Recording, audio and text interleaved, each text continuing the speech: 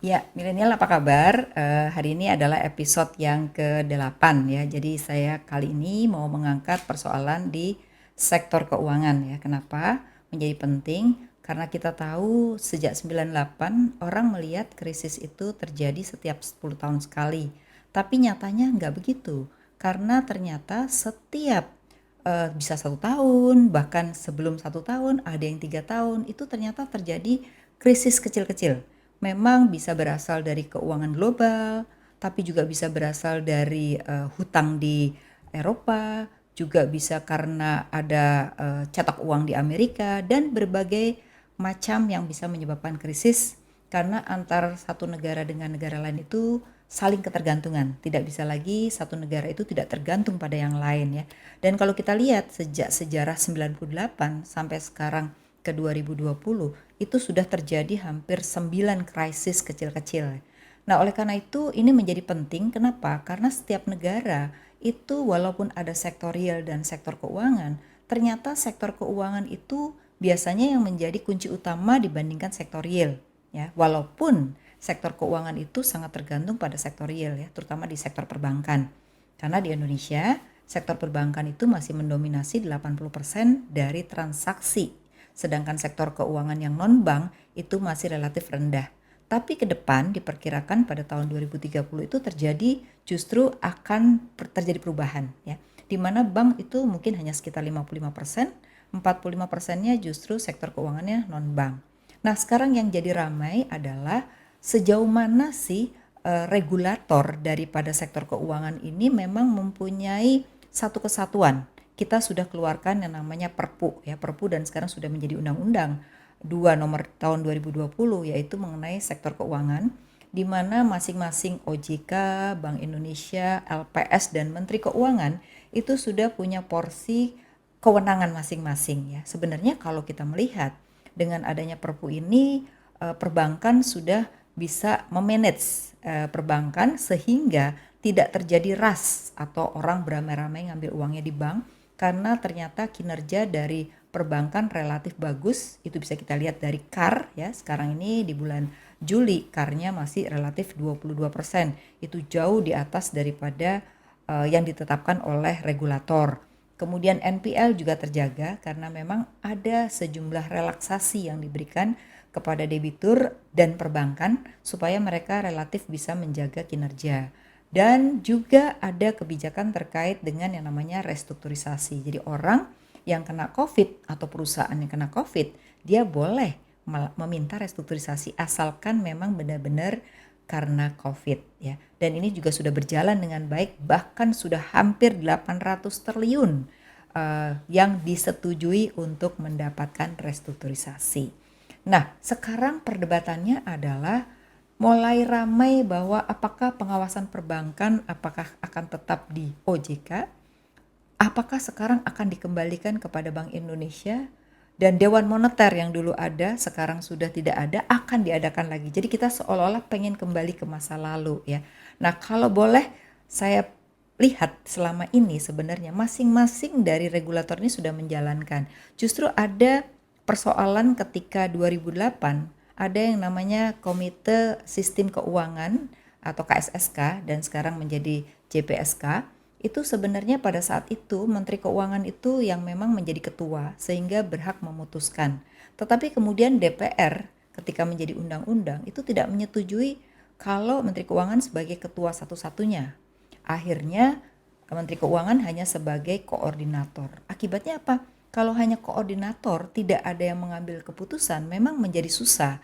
Akibatnya masing-masing hanya menjalankan kebijakannya gitu. Nah, ini sebenarnya urgensinya adalah di sini bagaimana KSSK-nya atau Komite Stabilitas Sistem Keuangan inilah yang sebenarnya perlu ditunjuk ketua. Tapi kenapa harus kembali seperti masa lalu gitu? Ini juga menjadi pertanyaan karena di satu sisi kalau saya melihat dan dari kinerja sebenarnya OJK telah menjalankan fungsinya dengan baik di mana pengawasan perbankan yang berada di bawah OJK sudah dijalankan. Kalaupun ada beberapa kasus dari perbankan atau kasus di sektor keuangan seperti asuransi, itu menurut saya adalah hal baik karena yang jelek-jelek itu dikeluarkan dan diselesaikan daripada yang jelek-jelek itu dibiarkan dan kemudian setelah banyak baru muncul gitu. Nah, ini yang kadang-kadang masyarakat ataupun sebagian kelompok itu merasa bahwa ketika dimunculkan berbagai masalah dianggapnya regulatornya yang bermasalah gitu ya. Nah,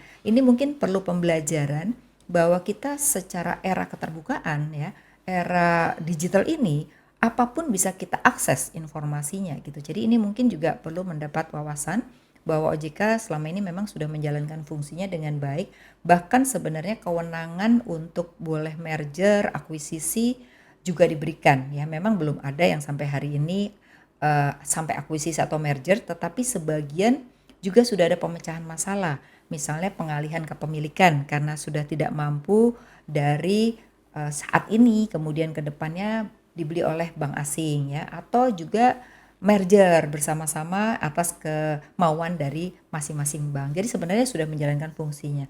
Nah, bagaimana dengan BI? BI pun juga demikian. BI selama ini kan menjaga stabilisasi rupiah, juga sudah menjalankan fungsinya, bahkan terakhir harus menjalankan fungsi untuk menjaga likuiditas dari perbankan, dan BI sudah menjalankan. Bahkan ada keputusan bahwa pemerintah apabila mengeluarkan surat utang atau SBN, itu Bank Indonesia dibolehkan membeli di pasar primer apabila memang tidak ada yang mengabsorb atau tidak ada yang membeli. Itu pun sudah dijalankan. Jadi kali ini menurut saya, walaupun kondisi krisis kesehatannya ini cukup panjang waktunya, tetapi dari sektor keuangan sudah menyelesaikan tugasnya dengan baik. Justru yang saat ini belum muncul adalah perbaikan di sektor real, karena yang namanya sektor keuangan terutama di perbankan itu adalah follow the business. Jadi kalau bisnis belum jalan, belum ada permintaan, dipaksa bank harus memberikan kredit, yang ada jadi kredit macet gitu. Nah, jadi kadang-kadang masyarakat sering salah menganggapnya bahwa bank itu tidak mau memberikan kredit. Sebenarnya bukan tidak mau. Bank itu kan tergantung juga pada kredit. Kalau nggak ada yang kredit, pasti nggak dapat untung. Atau keuntungannya makin berkurang. Tetapi karena kondisi ekonominya masih belum ada permintaan, tidak mungkin dong yang namanya bank itu dipaksakan gitu. Jadi mungkin yang perlu dievaluasi adalah bagaimana dana pemulihan ekonomi, apakah itu sudah diperlukan saat ini atau belum. Justru saat ini kalau kita lihat yang dibutuhkan itu adalah memperbaiki demand side atau daya beli ya. Kenapa? Karena ketika 2 bulan kita working from home atau PSBB, itu ternyata 50% UMKM itu tutup ya. 30% UMKM itu turun penjualannya sampai 50%, dan 14% UMKM itu ternyata kontraknya dibatalkan. Jadi Anda bisa bayangkan kalau UMKM yang jumlah penyerapan tenaga kerjanya tuh bisa sekitar 100 juta, kalau 50% itu tutup ya pastinya lah bisa 30-40 juta orang pendapatannya turun ya. Makanya pemerintah kasihlah untuk 600.000 ya selama beberapa bulan. Bahkan sekarang kelas menengah itu juga diberikan 600.000 selama 4 bulan ya. Kenapa kelas menengah kok dikasih? Karena kelas menengah di Indonesia itu ada 7 layer ya. Nah, 7 layer itu, yang 5 layer itu memang 5 juta ke bawah. Tapi yang 2 layer kelas menengahnya itu adalah di atas 5 juta. Nah, sekarang yang pemerintah mau kasih adalah justru yang 5 juta ke bawah. Nah, ini jumlahnya cukup banyak ya. Sehingga saya rasa ini menjadi perlu ya. Kenapa? Karena kalau sampai tahun depan ini ekonomi belum membaik, sebaiknya kita berikan pada demand ya. Jadi bukannya bagi-bagi uang, tapi memang di mana negara pun kalau kita lihat defisitnya besar itu untuk bagi-bagi uang, bahkan kelas menengah itu hampir sebagian besar tuh dapat uang di dalam rekeningnya gitu. Nah, di Indonesia memang masih masalah dengan data, tapi menurut saya nggak masalah. Yang penting kita tentukan data mana yang mau kita pakai ya. Jadi menurut saya sektor keuangannya so far sudah baik. Justru yang harus kita pikirkan adalah ketika relaksasi ini selesai, yaitu pada tahun 2022, karena pemerintah akan memperpanjang proses di dalam relaksasi, maka disitulah sebenarnya yang harus kita perbaiki, di mana ketika saat itu perbankan tidak lagi ada relaksasi, debitur tidak ada relaksasi lagi, maka kemungkinan kredit macet akan naik ya. Kemudian banknya juga harus menambah modal karena di dalam perhitungan pencadangannya akan naik signifikan. Nah, jadi menurut saya alangkah baiknya kalau kita itu dalam kondisi saat ini justru banyak mendiskusikan adalah pasca relaksasi ini apa yang bisa kita lakukan. Jadi tidak ribut soal masalah hari ini, karena hari ini sebenarnya nggak ada yang perlu banyak dipersoalkan. Segala keputusannya sudah baik. Masalahnya adalah pada tataran implementasi. Di dalam implementasi harus kita akui ya bahwa pemerintah sudah menaikkan defisit cukup banyak dari 3% jadi 6%.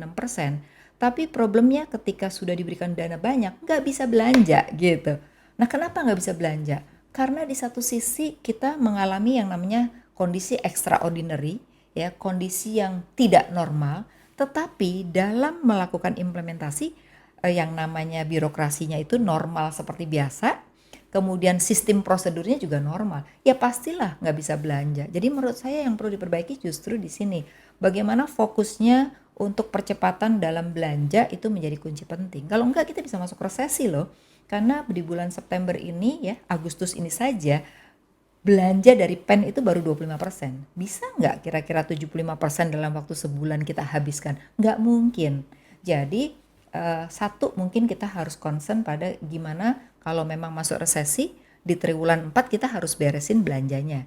Berarti harus ada pemotongan birokrasi, harus ada sistem prosedur yang extraordinary. Nah, ini adalah tugas komite menurut saya ya. Nah, yang kedua adalah memang aparat hukum nih dari BPK, KPK, juga kepolisian, kejaksaan perlu diajak duduk bersama. Kenapa? Jangan sampai kalau kita lihat para pejabat ini takut nantinya akan jadi masalah ketika sudah masa COVID selesai.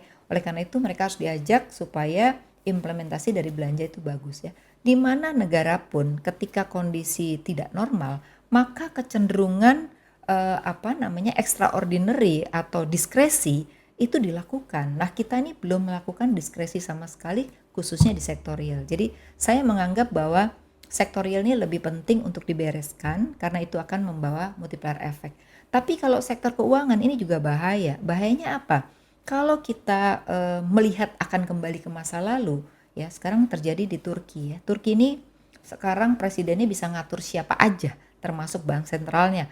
Nah, pasar menjadi tidak percaya karena pasar itu sangat melihat independensi dari bank sentralnya ya. Nah, kalau kita jadi kayak Turki serem juga gitu ya. Jadi saya rasa ini harus menjadi pemikiran pemerintah dan harus transparan. Sekarang ini banyak sekali aturan yang mau dikeluarkan hanya menjadi isu di media, hanya menjadi isu di regulator. Bahkan regulator yang mau diatur sendiri tidak tahu apa yang akan terjadi. Nah, menurut saya ini tidak boleh terjadi lagi. Kita harus transparan kepada masyarakat, transparan kepada regulator yang akan kita regulasi juga supaya ada keterbukaan dan tidak memicu pasar menjadi negatif. Karena kalau pasar jadi negatif ini berbahaya. Kenapa? Rupiah kita bisa lemah lagi, kemudian indeks harga saham kita jatuh. Akhirnya sesuatu yang tidak perlu bakal terjadi gitu ya. Jadi sebagai kesimpulannya adalah sektor real itu harus menjadi fokus pemerintah. Sektor keuangan sebenarnya so far sudah bagus. Kalaupun ada masalah itu jangan dianggap sebagai atau digeneralisir. Masalah itu adalah bagian dari setiap ada sesuatu krisis pasti ada masalah yang muncul dan itu menurut saya di mana negara pun seperti itu gitu.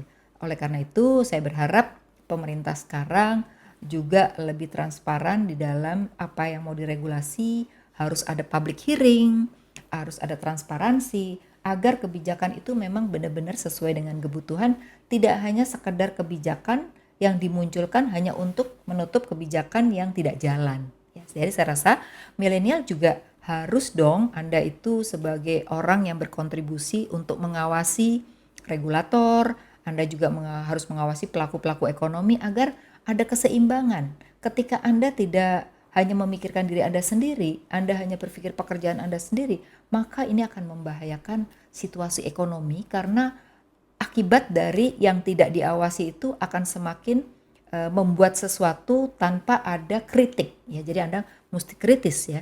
Kritik itu bukan berarti tidak mendukung loh. Kritik itu adalah justru bagian dari hidup. Bagian dari memberikan masukan ya. Jadi saya berharap para milenial Anda harus menjadi kontribusi di dalam negara ini baik sebagai orang yang mengawasi atau Anda juga bisa masuk di dalam regulator itu sendiri ya. Tapi itu menjadi kunci penting. Terima kasih Anda sudah menyaksikan. Mudah-mudahan Anda pahami bahwa segala sesuatu dinamika ini adalah sesuatu yang wajar di dalam suatu negara. Terima kasih, sampai jumpa.